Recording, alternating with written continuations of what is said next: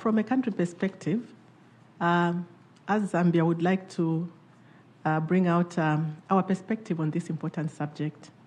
We want to reiterate that we are meeting at a very significant state on the global platform where global financing landscape and rules-based international order is slowly transforming or changing. This is being done very rapidly.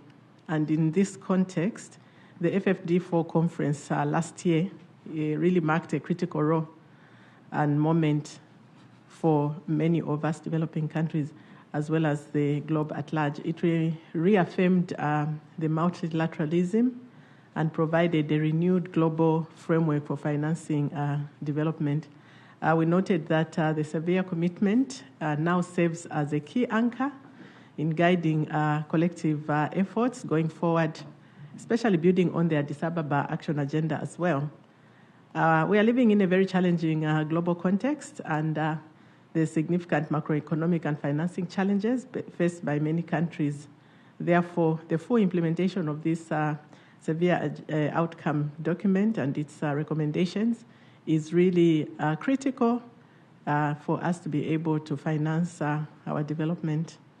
Zambia had the honor to co-facilitate the negotiations of the outcome document of the FFD Forum, the Sevilla Commitment. We worked closely with partners, and we are proud to have helped shape a balanced, ambitious, and forward-looking agenda, the one that responds to immediate pressures and challenges, like the ones we are faced with this year. It laid a foundation also for long-term needed reform in the sector of financing. The central message from Sevilla, really, which we took away, is that reform of the international financial architecture must go hand in hand with strong country-led frameworks, and this is one of the critical ones that we look at as worthy of implementation. The outcome document also explicitly recognized that integrated national financing framework are a key instrument to align international support with national priorities, and that's what we have seen in Zambia, having applied this framework. We have seen that it also leads an important anchor with regard to sustainable financing or budgeting, and also strengthens development cooperation frameworks as it really reflects the growing consensus that global solutions would only be effective if led by countries themselves with strong ownership to ensure that this framework is applied or implemented. So Zambia is actively actually advancing this INFF agenda, and we are using this approach with a vision of having it as a planning and delivering tool to finance sustainable development. Our aim really is to align our INFF with our medium-term development planning framework. We are just coming to the end of our 8th National Development Plan and at the threshold of developing our next plan, which will be the 9th National Development Plan, which is going to take effect from 2027 to 2031. And with this, we have undertaken a number of activities, one of them being development finance assessments. We have done this at national level and at district level, providing an outlook of the current sustainable development financing landscape. We feel that this will help us really as we craft our next national development plan from the backdrop of how development finance should be looked at going forward.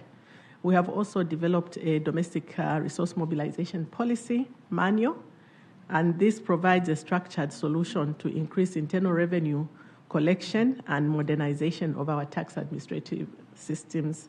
And this is actually being applied right now as we speak. And we also have developed a handbook on innovative financing for industrialization and private sector development.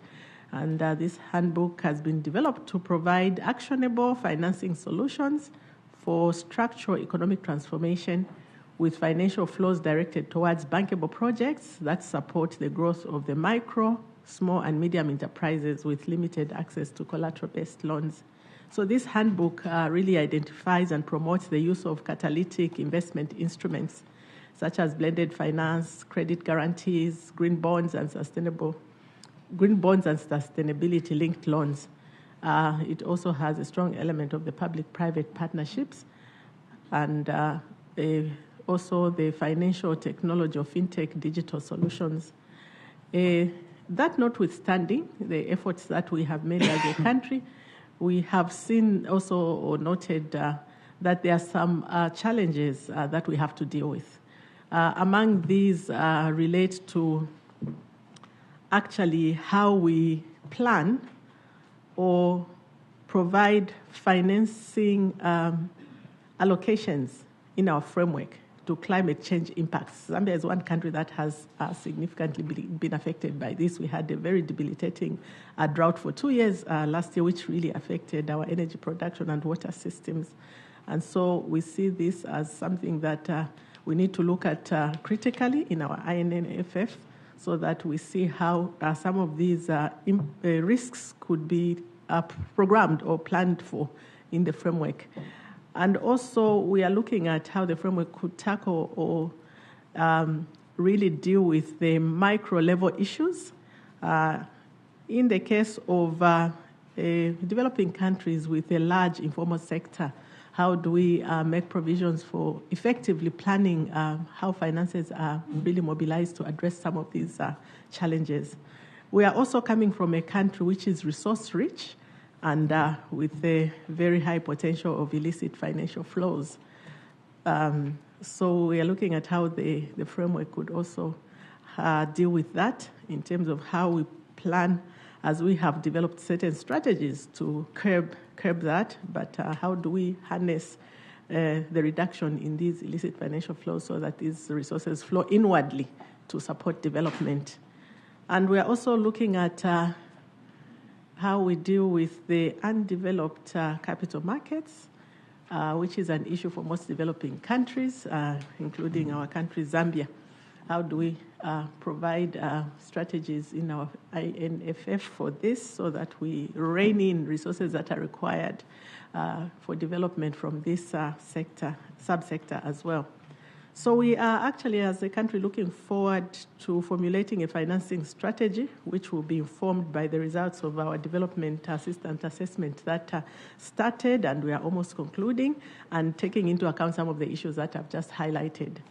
And this would result in a better integration of national planning and budgeting processes, alignment of policy and regulatory frameworks, while taking into account also responding to some of the shocks that the country is facing and which require significant financing in order for us to respond effectively. And we are also looking at how best we can project ourselves with regard to engagement with the private funders so that the blended financing options are clearly mapped in terms of the flows that we expect from there. So with strengthened macro-prudential management, we are hoping that we can effectively do this because we are implementing quite a number of reforms to get back the country onto the path of growth, and also mobilizing resources from the various sources that we have outlined in our manual. So our intention is to finalize our INFF and develop our 9th National Development Plan anchored on this so that the two work in alignment. And therefore, in closing, allow me to underscore that delivering on the Sevilla Commitment for Zambia and other developing countries depend on our collective ability to translate these global ambitions into country-level implementation, such as the items that I've highlighted earlier.